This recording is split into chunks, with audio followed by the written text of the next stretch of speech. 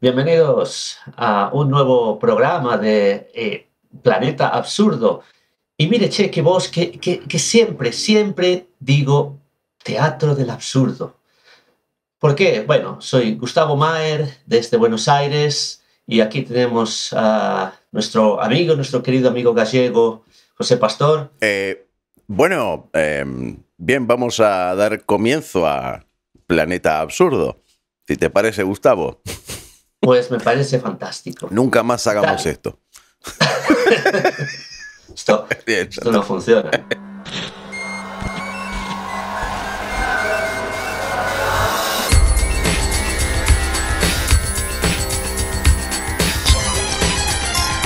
Bienvenidos amigos a otro episodio de Planeta Absurdo. Siempre me confundo, siempre digo cualquier otra cosa.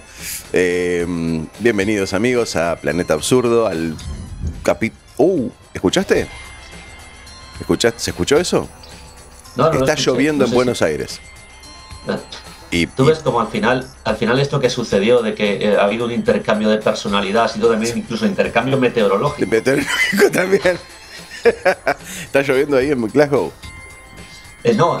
Acá hoy hemos tenido un día soleado. Ah, bueno, sí, lo que normalmente sí, nos cruzamos correctamente, entonces, me parece perfecto. Bien, nada, vamos a dar arranque a esto, que no sé si es el cuarto programa, realmente no lo recuerdo. Creo que es el número 4 ya. Número 4. Yo tampoco estoy... Pero no. Voy a tomar algo que me lo haga recordar. Sí, perfecto. Yo tenía aquí mi brebaje matutino, pero...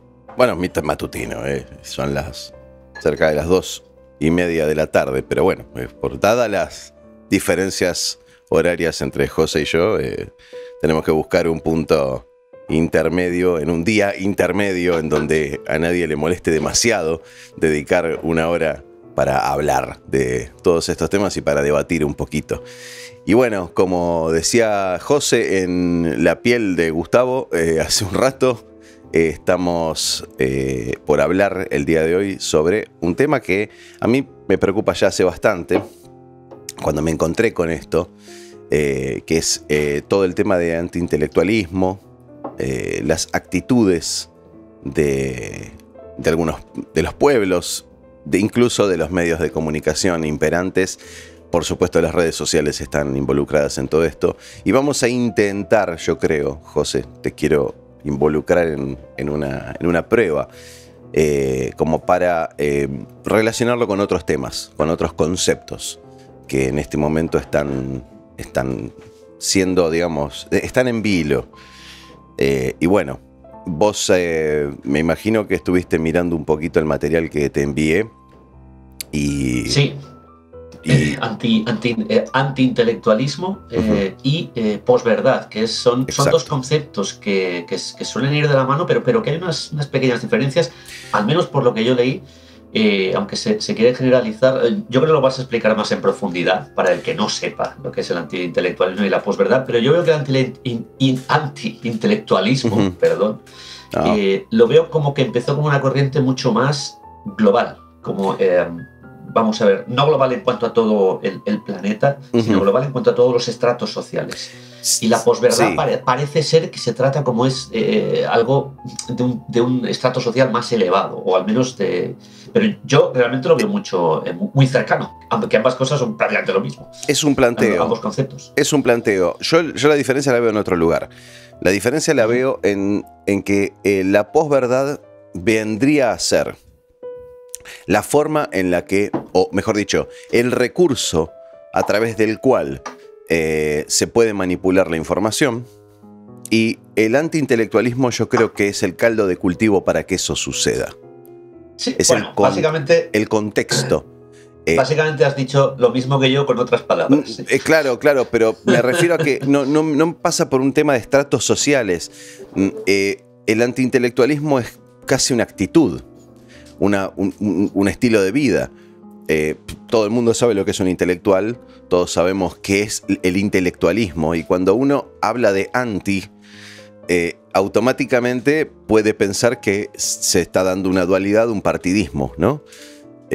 Bueno, esto no es la excepción. El antiintelectualismo es la hostilidad y la desconfianza hacia el intelecto, hacia los intelectuales y la actividad intelectual. Generalmente estamos hablando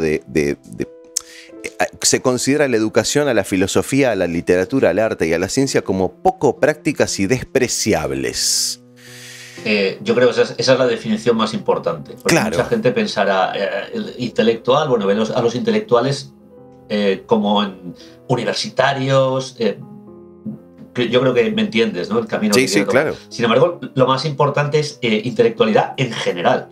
Cualquier, disciplina. Digamos, sí, cualquier elemento de consulta que haya sido teorizado y practicado y que haya llegado a ser una referencia en cualquier campo, ciencia, historia, etcétera, es intelectualismo y está visto como mal por los antiintelectualistas, básicamente. Entonces, lo primero que hay que hacer aquí es identificar a los antiintelectuales. Porque a los intelectuales los tenemos identificados. Básicamente es cualquier persona que tenga su nombre en la portada de un libro. O cualquier persona que intenta difundir alguna idea científica, artística, de cualquiera de estas disciplinas artísticas o de la ciencia que estábamos hablando recién. Entonces, bueno, automáticamente la definición nos lleva, no estamos literalmente apuntando con un dedo, pero la definición de antiintelectualismo lleva al populismo, lleva a cualquier forma de pensamiento que se oponga al elitismo político o cultural. O sea, estamos hablando de que hay gente que considera una élite a la intelectualidad. Cuando, por definición, es cierto, en cierta manera. Yo, José, hace poco, relativamente poco, terminé de entender algo que no es muy políticamente correcto. Yo, en la actividad en la que me muevo yo profesionalmente, ¿no? Hubo alguien que me dijo, no importa ni siquiera que o sea, aplica a cualquier actividad. Me dijo algo que me costó muchísimo masticarlo y tratar de entenderlo desde qué lugar lo decía. Y después me di cuenta de que lo decía desde el punto de vista más empírico posible. Me dijo, no todo el mundo puede hacer este trabajo. Cuando en estas épocas de progresismo intelectual o mental y de igualdad, decimos, todos somos capaces de hacer cualquier cosa, todos tenemos que tener las mismas oportunidades. Hasta ese punto estoy de acuerdo. Pero realmente hay algo que pasa por lo cognitivo, pasa por la capacidad inherente de la persona, que hace imposible que todos seamos capaces de hacer todo. De hecho, se habla normalmente de la inteligencia emocional, de las distintas capacidades que tiene cada individuo.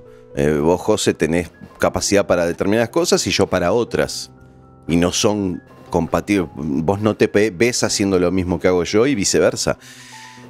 Entonces, que alguien... Esto te das cuenta cuando investigás la cantidad de ingresantes que tiene una carrera universitaria cualquiera y la cantidad de egresados que tiene esa misma carrera. La proporción de eso es justamente... Y no contamos la gente que ni siquiera le interesa entrar a esa carrera. Entonces...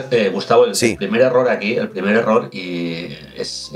está básicamente en el concepto de que todas las personas son iguales, que claro, es un concepto fantástico que viene de la Revolución Francesa y de toda esta historia, pero es un concepto en sí erróneo. Claro. Todas las personas no son iguales. Esto es, sí, mal interpretado. No quiere decir que uno sea mejor que otro y otro. Para nada. Simplemente las personas son diferentes, pero exacto, eso, bueno, yo creo que es un concepto que todo el mundo debe tener claro y que en este momento lo que yo estoy diciendo, bueno, a mí ya me hubieran crucificado en ciertos ámbitos, ¿no? Porque a día de hoy lo políticamente correcto es decir que no, que todos somos iguales y todos merecemos lo mismo. Que básicamente, que eso también es una de las bases del comunismo, que podríamos entrar y desviarnos ya por ahí. No, para nada, absolutamente no. todo está relacionado justamente. Por eso en algún momento empezaste a hablar de clases sociales y sobre todo, bueno, podríamos hablar de coloraturas políticas, pero básicamente es lo que acabas de rescatar. ¿Somos todos iguales? Sí, ante la ley, en cualquier república democrática. Eso estamos de acuerdo. ¿Merecemos todos las mismas oportunidades? Sí. Ahora, abracemos la diferencia entre nosotros, porque si no, somos todos máquinas. Es más, el concepto de igualdad no me remite tanto al comunismo, sino al capitalismo más extremo. Porque el capitalismo lo que pretende es que seamos maquinarias, piezas de una maquinaria más grande, totalmente prescindibles e intercambiables. Pero lo hemos comentado muchas veces, los extremos siempre se tocan. Efectivamente, o sea, el capitalismo extremo es el comunismo extremo, básicamente. Por eso justamente aquí es donde la posverdad se mete. Y a través de lo emocional, de un concepto emocional y no empírico, empiezan a intentar introducirnos conceptos que por supuesto son una falacia. Está erróneamente planteado. Entonces, bueno, tenemos acá material de humanismo socialista, hablan de Thompson. Tenemos 3 tipos de antiintelectualismo definidos. No está mal repasar esto, tal vez nos ayude. Dice, según el trabajo realizado por Hofstadter, Rigney y Clausen, existen 3 tipos de antiintelectualismo. Antiintelectualismo religioso, populista e irreflexivo. Vamos a analizarlos cada uno. El antiintelectualismo religioso considera que las emociones son lo más importante, son cálidas, buenas y humanas. La razón es considerada fría, mala y robótica. Bueno, posverdad se relaciona directamente con esto. El antiintelectualismo religioso. Tengo el antiintelectualismo populista, que dice que la persona considera la educación como un arma política manejada por supuestas élites, y el irreflexivo, donde la educación es vista como una herramienta para alcanzar mayor rango social y mayor salario. A mí, perdona Gustavo, pero más peligroso me parece el populista. Sí. El populista, bueno, si uno lo pone en práctica, bueno, lo puede ver en la práctica hoy en día en muchos países y en muchas tendencias políticas, es básicamente el deseo de todo buen político. Vamos a hacer a nuestros ciudadanos estúpidos, sin educación, y así son más maleables. Exacto. Bueno, entonces... Sí, que me puedes decir que las religiones en el fondo buscan lo mismo también, sí. Pero me parece que tiene un trasfondo mucho más malévolo el populista. A mí me parece, bueno, si tengo que ponerme de acuerdo con alguno de los 3, me pongo de acuerdo con el último, ¿no? Sí, la educación es por vista. Eso no lo he comentado, porque claro, en cierto modo todos tenemos algo de eso. No vamos a estar muy en desacuerdo en ese sentido, pero la educación es vista como una herramienta para alcanzar mayor rango social y mayor salario. De hecho, mayor... El sistema educativo es eso. ¿Cómo? El sistema educativo es básicamente eso. Sí, por definición, o sea... consiste en eso, sí. Yo realmente digo, la parte de mayor salario... yo creo que la palabra clave en este postulado es herramienta. Herramienta está usada... La palabra herramienta está usada de forma despectiva. A ver, escuchá la frase. Donde la educación es vista como una herramienta para alcanzar mayor rango social y mayor salario. Si vos dijeras medio, es visto como un medio para alcanzar mayor rango social y mayor salario, ya no suena tan mal. Entonces, aquí estamos hablando de posverdad, en el postulado de esta página de Wikipedia. Bueno, es que de Wikipedia lo estábamos hablando antes, justo antes de entrar. Sí. Wikipedia en sí es precisamente de lo que vamos... Bueno, es uno de los medios de lo que estamos hablando, básicamente. Donde más se plasma todo el tema de antiintelectualismo y posverdad. Más allá de... Sí, es casi irónico estar sacando es irónico que estemos leyendo Wikipedia. Bueno, pero a ver, una vez una persona me preguntó a mí, estuvo escuchando varios programas de teatro y me preguntó en un momento, bueno, pero entonces, ¿cómo sabemos cuál es la verdad? O sea, escuchamos las noticias en la televisión, en las redes y todo. Entonces, ¿cómo sé yo qué información es fidedigna? Y ya la pregunta me lo la sangre, porque digo, si estás preguntando eso, es porque no confías en tu pensamiento crítico. Es lo primero que tenés que criar a esta altura del partido. Si vos tenés ataques permanentes por todos los frentes, este te quiere vender algo, este te quiere vender la idea contraria, o sea, probablemente no tengan razón ninguno de los dos y la verdad esté acá en el medio o está en otro lado, está a la vuelta de este pasillo por aquí.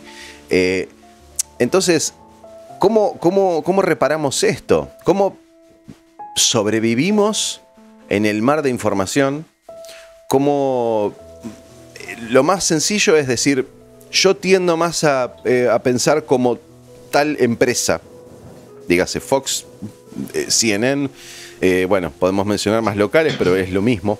Entonces, perdón, que se me está volando el croma. Que nosotros, como yo siempre digo, no hacemos esto por dinero. No, para nada, para nada. No somos profesionales. ¿Para qué lo hacemos, José? Somos unos antiintelectuales. En teoría. Pero, ¿para qué lo hacemos? Porque, digamos, ¿a vos te interesa despertar gente? Bueno, la verdad es que sí, me interesaría mucho hacerlo. Lo que pasa es que considero que es imposible a día de hoy despertar a nadie. ¿Sabes qué pienso yo? Lo estabas comentando justo ahora mismo. Sí. Es que cada cual ya tiene la verdad formada dentro de sí mismo y no puede analizar ninguna otra. Bueno, pero ¿sabes cuál es el problema? Yo cuando empecé a replantearme qué es lo que estaba haciendo con Teatro del Absurdo, me di cuenta de algo. Cuando vos te planteás hacer un programa, un video en YouTube, no importa, así sea una serie, así sea uno solo, hablar públicamente para exponer una forma de pensar, si la idea es despertar al otro, ya tenemos un problema conceptual. ¿Quién me dijo a mí que estoy despierto?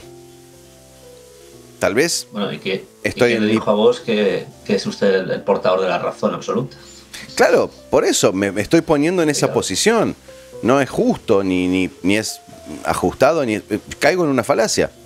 Pero bueno, tal y como yo lo planteo, desde el punto de vista egoísta, sí, a mí me gustaría dar a conocer mis pensamientos de otras personas. Perfecto. Y convencerles de mis pensamientos. Desde el punto de vista egoísta es lo más lógico del mundo. Seguro, puede que lo sea, pero si te lo pones a analizar realmente y si vale la pena analizar desde qué lugar uno hace esto, pero es mucho más sano plantear una posibilidad, decir, a ver, yo pienso esto, ¿qué te parece? Entonces, aquí vamos a relacionar todo esto con un tercer concepto. Vimos antiintelectualismo, vimos posverdad, y ahora quiero introducir un tercer concepto, que es la filosofía. Bueno, ese... No. Por definición, ese concepto no es tan agresivo. El problema es si lo analizamos. Exactamente. ¿Vos sabés la etimología de la palabra filosofía? La tengo olvidada, lo siento. Bueno, Sofos es sabiduría. Y filo es el que se relaciona con la sabiduría, básicamente. Amor. Tiene amor por la sabiduría. Amor. Esa me parece clave. Amor porque con la sabiduría es el resultado de una búsqueda espiritual. Entonces, la filosofía es el amor por el alcanzar esa sabiduría. El alcanzar esa sabiduría tiene que ver más con una cuestión espiritual que una cuestión empírica o intelectual. Entonces, es el amor por encontrar una paz espiritual basada en el conocimiento, básicamente. Es el amor por buscar la verdad. Pero en cualquier caso, yo lo decía, la filosofía, por definición, es mucho menos malévola que el antiintelectualismo y la posverdad. Seguro. seguro. En cuanto a aplicación, de la manera en que se ha aplicado la filosofía a lo largo de la historia, y voy a empezar por los filósofos más antiguos, Seguro. directamente por Platón, hasta ya cuando hablamos de gentuza como Rousseau o Nietzsche. Digo gentuza porque, bueno, si uno analiza, a mi modo de vista, esos no son filósofos, son lo que hoy en día llamaríamos influencers. Claro, exactamente. Sí, Nietzsche es un influencer. Y Rousseau es peor todavía. ¿Los tenés en Instagram? A ver. Estoy seguro que si vivieran hoy en día estarían en Instagram. Tendrían cuenta en Twitch. Entonces te escucho. Pero, ¿cómo es lo que planteas? No, que efectivamente, o sea, la definición en sí es hermosa, incluso hermosa, es realmente fantástico. Pero la aplicación, la práctica sobre esa teoría a lo largo de toda la historia nos ha demostrado que la filosofía puede ser tan mala como el antiintelectualismo, la posverdad o algunas otras doctrinas que podríamos también analizar. Yo de todas maneras no me tomé de la idea de la filosofía de alguien, sino de la definición de filosofía. Lo mismo cuando hablamos de política, por ejemplo. El arte de gobernar, se decía en alguna época. Bueno, perfecto, si alguien considera que gobernar es un arte, perfecto. El problema es la gente, no la definición. La persona. ¿No? Entonces, aquí no hablamos de... Yo estoy seguro que en algún momento dado ha habido arte de gobernar en algunas naciones del mundo y así ha sido. En Grecia... El 99% de los casos ha sido desgobernar. Claro, eso pasó en Grecia y fue en un solo periodo, el primero. Sí, porque acabó bastante mal la cosa. Exacto. Bueno, entonces, ¿qué está pasando acá? ¿Por qué relacionamos antiintelectualismo con posverdad con filosofía? Si hablamos de que hay un amor por la sabiduría y hay gente que ama el saber o sobre todo el buscar, entonces ¿dónde queda relegado el antiintelectualismo? ¿Qué es lo que sucede en la mente de la gente? ¿O qué es lo que sucede en la mente del que quiere que la gente no busque, no sepa, no le interese, que sea preferible encender Netflix para entrar en eso? Lo que pasa, Gustavo, yo sí que veo un problema de partida con el tema este del antiintelectualismo y la manera en que se plantea. Sí. Y claro, al menos el problema también es que hemos buscado la definición en Wikipedia, que claro eso que ya sí. de por sí es el primer problema. Pero claro, si te remite, el intelectualismo te remite a tener que acabar en un libro de historia o tener que acabar en alguien que te cuente la historia que desde el principio ya puede estar manipulada. Sesgada, claro que sí. Claro, entonces ahí es cuando surge, lo hablábamos también antes, otra de las definiciones, otra de las aplicaciones de antiintelectualismo es para los teóricos de la conspiración. Uh-huh. Y yo creo, dentro de los teóricos de la conspiración hay un abanico enorme de gente que se aprovecha de otros, de gente que dice auténticas barbaridades, pero también hay investigadores que prefieren buscar la verdad in situ, hacer una investigación in situ a fiarse de lo que dice un libro de historia. Tú y yo conocemos a alguno que vive en Patagonia. Sí. Y luego, ¿qué sucede? Pues que si se descubre que lo que decía el libro de historia es falso, entonces aquí, ¿quién es el antiintelectual? Uh-huh. ¿El libro de historia o el conspiranoico? Sí, de todas maneras... Supongo que ves por dónde voy, ¿no? Sí, claro que sí. Sí, antes hice una broma diciendo que un intelectual es cualquier persona que tiene su libro en una portada de un libro. Nosotros dos tenemos nuestros nombres en la portada de un libro y no somos, o no me considero yo un intelectual al menos. Y hay algunas otras personas con más de un libro publicado que estarían dando la definición perfecta de antiintelectual. Absolutamente, sobre todo los periodistas que publican libros. Pero muchos de ellos. Muchos. Pero básicamente es esto, el concepto teórico. Estamos teorizando en cierta manera. Estamos replanteándonos la definición. Tomemos esta definición de los tres conceptos. ¿Qué es la posverdad? Al final no sé si definimos del todo qué es la posverdad. Bueno, sí. El apelar a recursos emocionales para plantear una postura, dando por tierra el dato duro. La filosofía, el arte del saber o el arte del buscar la sabiduría, que a mí me gusta más eso, ¿no? La búsqueda de la verdad, de la sabiduría, el amor por ese camino. Y el antiintelectualismo, que es la actitud que algunos pretenden imponer. Entonces, bueno, yo creo que relacionamos clases sociales en cierta manera, relacionamos posturas políticas. Yo creo que el tener claro estos tres conceptos abre la puerta a la idea del pensamiento crítico. Entonces, cuando alguien pregunta qué es el pensamiento crítico, tendríamos que partir de la base de todo esto. Tendríamos que entender, en cierta manera, que hay una intencionalidad.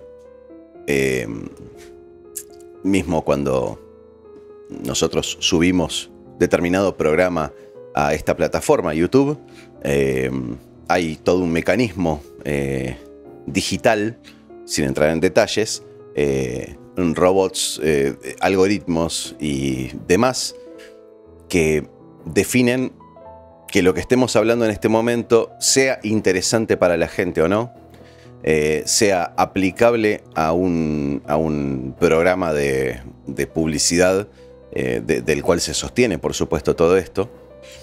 Y aquí lo importante no es pensar, desde ya, desde luego que no es pensar lo importante. Lo importante es vender. ¿Vender qué? No lo sé. Una vez... Bueno, vender y en estos últimos tiempos manipular y manejar la información, porque ya te dije en algunas ocasiones que hablando abiertamente de ciertas temáticas, el programa directamente no te deja ni hacer el upload. Ajá. Y bueno, y como ejemplo, aquí en Planeta del Absurdo ya tuvimos, no una censura, ni mucho menos, pero esa curiosa anotación que se nos hizo en el programa de cambio climático, sí, dando la definición por si acaso nosotros dábamos otra diferente. Entonces, sí, por un lado, es el capitalismo más brutal que decías antes, el capitalismo extremo, es ya vender por todo. Que haya un bot que persiga cada una de las palabras que estamos diciendo. Uy, sí. Perdón, que le he dado al micrófono. No pasa nada. Cada una de las palabras que vamos diciendo nos la habrán persiguiendo para ver si son vendibles, si se pueden relacionar con un punto de venta. Pero, como decía antes, esto se une al otro extremo, que es el extremo de la represión total, que es, bueno, también vamos analizando palabras, a ver si están diciendo algo. Porque la gente a día de hoy piensa que no hay censura, que eso es una cosa del pasado o de regímenes muy alejados. Exacto. La censura, especialmente en los últimos años, es más abrasiva que nunca y vamos a mucho peor. Yo creo Pero que... bueno, sí. No sé qué pasa, que en todos los programas acabo hablando de lo mismo. No, es que terminamos los dos hablando de lo mismo porque... Estamos dando vueltas al mismo círculo, claro. Pero es que todo se relaciona. José, la censura no existe hoy en día. O al menos en YouTube no existe la censura. Lo que sí existe es que hay anunciantes que consideran que ciertas temáticas no se aplican a su producto. En general podemos coincidir que... mejor dicho, todos ellos coinciden en más o menos los mismos temas. Sí que hay un tema sobre el que hay censura, del cual no vamos a hablar, y de ese tema sí que hay censura porque, bueno, tú me dijiste que no tuviste ningún problema. También es cierto que estoy seguro que no intentaste subir un programa tan abrasivo como el que intenté, los dos que intenté hacer el upload yo, pero nos dijo, el mensaje básicamente venía a decir que no cumplía con los parámetros establecidos. Los lineamientos de la comunidad. Efectivamente. Y bueno, ya todo el mundo se puede hacer la idea del tema que es y de la manera en la que lo tratábamos. Entonces, sí, hay censura al respecto. Yo no sé si hay otros temas, porque incluso temas que en otros lugares y que son muy censurables, como Segunda Guerra Mundial, Adolf Hitler, nazismo, nosotros los hemos hablado abiertamente. Sí, y no hay ningún problema. De hecho, no solamente te permiten subir el programa, sino que sucede algo muy particular, que es que vos cuando pones en el buscador de YouTube cualquier palabra, empieza a arrojar opciones y combinatorias con otras palabras para orientar la búsqueda. En el preciso instante en el que ingresas Segunda Guerra Mundial o Segunda Guerra o la palabra Hitler, automáticamente la plataforma no tira absolutamente ninguna recomendación. Pero los videos existen y te voy a decir más. son casi los más vistos, al menos en tu programa y en el mío. A mí particularmente me pasó con el único programa en el que tratamos temas de feminismo, que el feminismo está absolutamente rechazado por toda la comunidad de YouTube. No me impidieron subir el programa, pero no está monetizado, no me lo permitieron monetizar, no utilicé ningún material con copyright ni ninguna de esas cosas. Simplemente... Aparecen búsquedas. Sí, claro. Y uno puede encontrarlo, no hay ningún problema, pero no hay forma de monetizarlo. Por supuesto, alguien me había dicho hace poco que el 99% de respuestas posibles ante cualquier tema es la palabra dinero. Entonces, si un realizador de YouTube genera un contenido, la idea es poder monetizarlo y poder ganar dinero a través de eso. Entonces, si quitamos el incentivo del dinero, no podemos monetizar cualquier cosa que tenga una palabra clave o que tenga una temática que tenga que ver con feminismo, ergo, no se trata sobre el feminismo en las redes. Esa es la verdadera censura. El hecho de que la idea de subir un video a YouTube, la única finalidad sea facturar. Entonces, si no voy a ganar dinero hablando de esto, voy a hablar de cualquier otra cosa. Y te voy a dar el ejemplo perfecto. Salvo perturbados, personas que no están bien de la cabeza, como nosotros dos. Absolutamente lo mismo. Por supuesto. No lo hacemos por plata, desde luego. Exactamente. Los dos tenemos otros trabajos, vivimos de otra cosa, y entonces sentarnos a charlar sobre estos temas tiene otra finalidad, que me parece que es lo más rescatable de esto que hacemos. Y te voy a terminar de graficar esto con una situación que tuvimos con mi mujer, creo que el año pasado o el anteaño. Vos te habrás enterado de todas estas aplicaciones como FaceApp o estas aplicaciones que sacás una foto y te hace la edición automáticamente de cómo serías viejo o cómo te verías si fueras mujer, o a la mujer cómo se vería si fuera hombre. Bueno, el cambio de cabello y todas esas cosas. Bueno, también tienen un filtro de belleza. Belleza extrema, belleza falsa, belleza absolutamente plástica y fabricada por los medios. Hicimos una prueba con mi mujer. No recuerdo ya a esta altura cuál fue la finalidad de esa prueba, pero nos llevamos una sorpresa enorme. Cualquier persona que haya creado una cuenta en YouTube, una cuenta en Facebook, una cuenta en Instagram, en cualquier plataforma, sabe perfectamente que el crecimiento de esa cuenta tal vez puede hasta ser exponencial, pero en principio la curva es muy lenta. Lograr los primeros 100 suscriptores es muchísimo más complicado que cuando uno tiene 100.000 lograr 200.000. ¿Se comprende? Sucedió algo muy loco. Tomamos una foto de mi mujer, una persona perfectamente normal, y le aplicamos estos filtros. Le cambió el fondo, puso un fondo de una playa, le aplicó se cambió el color del pelo, el color de los ojos, afinó la cara, hizo un montón de ediciones y le aplicó el filtro de belleza, y yo creo que se lo aplicó 2 veces en serie. ¿Sí? ¿Estamos? El resultante no solamente no era mi mujer, sino que era una persona absolutamente despampanante para los parámetros que estamos acostumbrados a ver hoy en día en toda esta mentira, sobre todo de Instagram, ¿no? En donde se vende bueno, cuando todo el tiempo se habla de que el parámetro de belleza no es real y todo eso, las redes sociales están tapadas de todo eso. Y mi mujer creó de cero una cuenta de Facebook. Facebook, ni siquiera Instagram, Facebook, que ya podríamos decir que en algunos países, como por ejemplo Argentina, está cayendo en desuso. La curva es descendente. No digamos que no lo usa nadie porque no es verdad, pero creó una cuenta de Facebook de cero, no agregó a nadie que ella conociera, dejó la cuenta ahí. El resultado, José, fue sorprendente, pero a niveles que realmente me hicieron pensar muchísimo. Durante ese día, que al final del día decidió dar de baja la cuenta porque era insoportable, no pararon de caer solicitudes de amistad. No paró de... Pero hablamos de 4 solicitudes por minuto. Una persona desconocida, sin ningún contacto con ninguno de tus... no había separación entre contactos. La separación era total entre tus contactos y ella. No recuerdo qué nombre pusimos, pero yo creo que pusimos un nombre anglosajón, como para llamar un poco más la atención. Pero la idea era hacer un experimento social. A ver cuánta gente agregaría a una persona, una mujer, con esta foto, con estas características.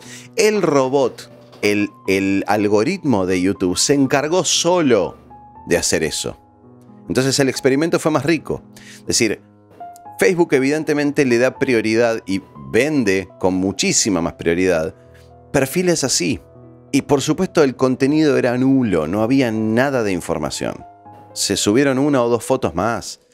Pero el hecho de armar un perfil de cero, sin ningún seguidor, poner un par de fotos muy atractivas de una persona que tiene una belleza falsa, 100% falsa, el robot de YouTube, de Facebook, se encarga de vender ese perfil y tendrá una circulación enorme dentro de la plataforma para recomendarla como amiga o como contacto a un montón de gente. Entonces, esta es la censura. Esto es lo que se busca. Esta es la antiintelectualidad en la que vivimos. Mientras haya un culo, un par de tetas, una persona bella, todo lo demás no importa. Porque lo que importa es, al fin y al cabo, la circulación de la gente dentro de esa plataforma. Y la información que se vende es exactamente lo mismo. No, está claro que Facebook no te va a recomendar el perfil o una página dedicada a la historia, no sé, absolutamente. La historia en general, o de un país, o de un evento. No. O revisionistas históricos. Sí, no, hombre, a no ser que, lógicamente, ya sabes cómo funciona esto, funciona por tus propios intereses. Si tú eres una persona interesada, te va a figurar. Pero, sí, no sé, me estoy imaginando un muchacho adolescente que su único interés es, no sé, beber, drogarse, y pues a ese seguramente no le va a aparecer. No. Estaba pensando en el rapero este que me mostraste la pasada semana, creo que fue, sí, hace 2 semanas. Elegante. Seguro que los seguidores de ese señor no van a recibir una solicitud de una página de eventos históricos o algo por el estilo. Para nada. Esos son los tiempos en los que vivimos. Justamente lo que me parece a mí que está sucediendo... Planeta absurdo. Es un planeta absurdo. Es un planeta absurdo. Justamente lo que creo que está sucediendo aquí es que que alguien había dicho que las redes sociales son la apoteosis del sesgo de confirmación. Si una persona tiene un perfil conspiranoico, va a recibir información solamente de eso. Sí, a mí lo que me pasa con esto es que la sensación que tengo, y es la que creo que es la más sana es la conclusión más sana para sacar, es que nos están enguetando intelectualmente. Hay guetos intelectuales. Uno busca en Google o en cualquier plataforma información, y la información está dada en base a los intereses personales de cada uno. Claro, mejor que quede donde está. Igual no va a haber ninguna verdad revelada que atente contra el establishment de esa manera. Sin ir más lejos, lo controlamos a través de esto, del mercado. De qué se trata esto, de determinado tema realmente mueve dinero o no. Movería dinero, tal vez, si los canales de difusión fueran honestos. Si realmente la información importante llegara a la gente y que la gente decida. Pero no está sucediendo eso. Esa es la mentira de estos tiempos. Más problemático me parece el hecho de que la gente a la que le llega la información piense que esa información es libre Y ya no solo que es la verdad, es su verdad, pero piensan que es libre. Por ejemplo, una persona con una tendencia política concreta, absolutamente todos los enlaces que va a recibir van a ser relacionados con medios de información al respecto de esa ideología política. Y el problema que sucede con esa persona es que en ese momento ya piensa que esa es la única verdad y que no hay ninguna voz crítica. Claro, en el momento que esta persona salga a la calle y se encuentre una voz crítica, pues no la va a respetar. La y rechaza. ahí es donde ahí se está fomentando ya el enfrentamiento y, lo peor, la violencia. El dividir y conquistarás. Claro, que es lo que lleva, bueno, nos va a devolver casi al principio, que es a una de las corrientes de este antiintelectualismo, que es el populismo. Efectivamente, sí, es lo que está sucediendo. Es muy poca, y yo realmente en mi círculo de gente que conozco, gente con la que me relaciono, bien sea a través pues por temas laborales o familiares, es muy poca, y yo ya llegaría a porcentajes que se cuentan con los dedos de una mano. Es muy poca la gente que realmente se dé cuenta de esta situación, muy poca. Todos están absolutamente encerrados en su verdad. En su verdad, que además sucede otra cosa. Ya no voy a salir de las redes sociales, voy a ir a la televisión. En la televisión uno puede pensar, bueno, pues tenemos diferentes canales de televisión, diferentes noticiarios, cada uno puede elegir. El problema es que la persona que tiene una ideología ya sabe a qué noticiario y a qué cadena de televisión tiene que ir. Y yo conozco casos, y son muy numerosos, de gente que ni siquiera sintoniza las otras cadenas. No, yo escucho noticiarios en 2 cadenas, las demás es como si no existieran. ¿Por qué? Porque como no dicen lo que yo quiero escuchar... Exacto. Acá en esta casa, la otra cadena no se escucha. Y bueno, perfecto. Siempre hay que escuchar todas las campanas. Sí, aunque te indignen, que hay mucha gente que dice, es que a mí me indigna. Yo me enfado, y yo cuando vengo del trabajo no quiero enfadarme escuchando. Bueno, pueden hacer lo que yo hice en su momento, que fue dejar de ver la televisión directamente. Exacto. Y bueno, es cierto que hace muchos años ya, estoy hablando de hace muchos años que dejé de ver la televisión, comencé con el proceso de las redes sociales, hasta que me di cuenta que el proceso de las redes sociales era peor incluso. Sí, claro. Porque en las redes sociales te crees que eres mucho más libre y realmente te están acotando muchísimo más, porque te están dando la información en bandeja. Con lo cual ahora mismo pues prácticamente no leo nada. O bueno, tú ya sabes lo que hago, leer la prensa de países tan lejanos como puede ser Rusia, Hong Kong. Claro. Y sí. Bueno, ahí es donde justamente terminamos, creo, hablando siempre de lo mismo, como decías antes. El tema de la posición... Hoy más que nunca sí que está muy relacionado con el antiintelectualismo posverdad, porque es básicamente lo que se está intentando hacer. Sí. Que luego dirán que los antiintelectuales somos nosotros por hablar de todo esto. Claro, seguramente, pero también hay una realidad. La actitud de la persona que vive en un determinado país. Entonces, vos siempre decís que Glasgow, que Escocia es casi tan tercermundista o más que Argentina. Y no, justamente, yo creo que está al mismo nivel.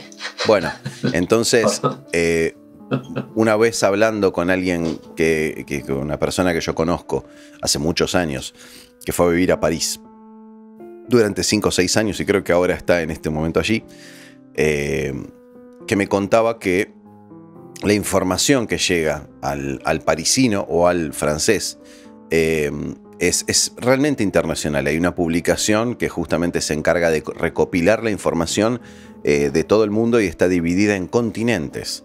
Por supuesto, pasando por África también, por lugares que uno dice, pero ¿hasta qué punto a un francés le importa lo que sucede en Sudáfrica? Sí, les interesa y mucho. Y entonces esa persona está acostumbrada a estar informada de esa manera. Entonces todo eso fomenta desde luego al pensamiento crítico y al ubicar realmente desde su mente, ubicarse en dónde está parado en la cadena alimentaria. Hay una conciencia de esa persona que es muy superior a cualquier otro país que cuando aquí, por lo menos en Argentina, dicen, te pones a hablar de la situación en Medio Oriente y la gente te responde, ¿qué me importa eso? Si está, ¿dónde están? ¿Dónde está? Están, mirá dónde está Medio Oriente. Está lejos. Así que nos importa. Pero no, querido. Eso es el antiintelectualismo. Bueno, siempre he dicho que Gustavo sueles hablar en esos términos de tercermundismo, de Argentina, bueno, lo mismo que acabas de decir, de poco interés por el exterior. Pero bueno, yo estuve en Argentina y bueno, es cierto que encontré una enorme diferencia entre norte y sur. Vamos a decirlo claramente, y sí. vi una forma de vida muy diferente en el sur. Si tú quieres aplicar tercermundismo a lo que es Buenos Aires, yo no lo veo tan radical, pero claro. Si lo quieres aplicar de esa manera, desde luego, yo lo que vi en el sur está mucho más alejado del tercermundismo. Sí, seguro.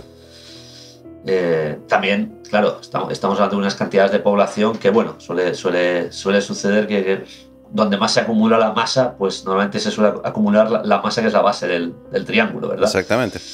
Pero bueno, todo esto te lo vengo a decir porque de vuelta a mi querida Escocia, pues todo lo que vi en Argentina me pareció cuanto menos al mismo nivel, si no por decir prácticamente todo, a un nivel bastante superior. Entonces, eso me hace pensar, cuando los argentinos hablan de Europa, también me comentaste una vez una anécdota de una persona que fue a España, creo que es, y bueno, comentaba que el país era muy seguro si lo compara con Argentina. Sí. Claro, yo como sabes, tengo familiares que viven en España y vamos, ese no es el comentario que me hacen al respecto. Estábamos hablando de Gijón concretamente, tal vez. Sí, el norte sucede que también es diferente. Sí, y también el tamaño de la zona y la población de la zona. Por supuesto, si te hablo de tercermundismo y lo único que conoces de Argentina es Buenos Aires, y para pasear y por temas de investigación, el tema de ir a ver a Basti, a Bariloche, fuiste a Bariloche, por supuesto que la sensación de tercermundismo no la vas a tener. El país es gigantesco, más allá de que somos pocos millones de personas, de argentinos, la extensión de tierra es gigantesca. Entonces, está claro que cruzar la Pampa en auto me daría otra impresión, seguramente. Pero y no hay que alejarse demasiado de Buenos Aires para ver esto que te digo. Pero en cualquier caso también la gente tiene otra idea de Europa, por ejemplo. Claro. En Argentina, obviamente, en Sudamérica tienen la idea de que Europa es un paraíso, que es básicamente a lo que me refería con todo esto. Claro. Y por poner dos ciudades de una extensión medianamente considerable, Glasgow es una ciudad mucho más sucia y desastrada y con muchísima más pobreza que Buenos Aires. Bueno, ahí está. Por hablar de las dos ciudades en las que estamos, ya no vamos a hablar de otras. No, seguro. Pero bueno, seguro. Concretamente. Así que, bueno, como se suele decir en todas partes. Y bueno, al respecto, nos estamos desviando, pero al respecto del tema informativo, es que sucede básicamente lo mismo. La prensa británica ya de por sí es una prensa racista, que no quiere absolutamente saber nada de lo que sucede en el exterior. La prensa escocesa ya no es racista, la prensa escocesa es endógama. Claro. La prensa escocesa te va a hablar de Escocia y como mucho, si te hablo de Inglaterra es para insultar a los ingleses. Claro. Más allá de eso es como si el planeta no existiera. Con este problema último al que nos estamos enfrentando en los últimos tiempos, solamente se habla, hablando de restricciones de un lugar concreto de Escocia, como si fueran a nivel mundial.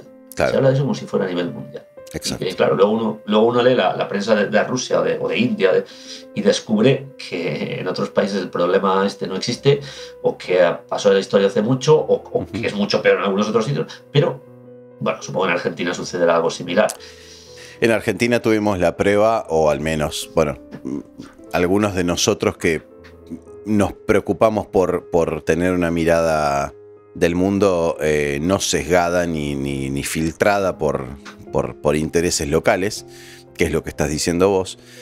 Justamente esto, ¿no? ¿A quién le importa aquí en Argentina leer prensa sobre o información, digamos, diaria sobre lugares como Europa. Y ni siquiera me estoy yendo a Sudáfrica, ¿no? A Europa. Y, por ejemplo, el tema de la situación de la pandemia.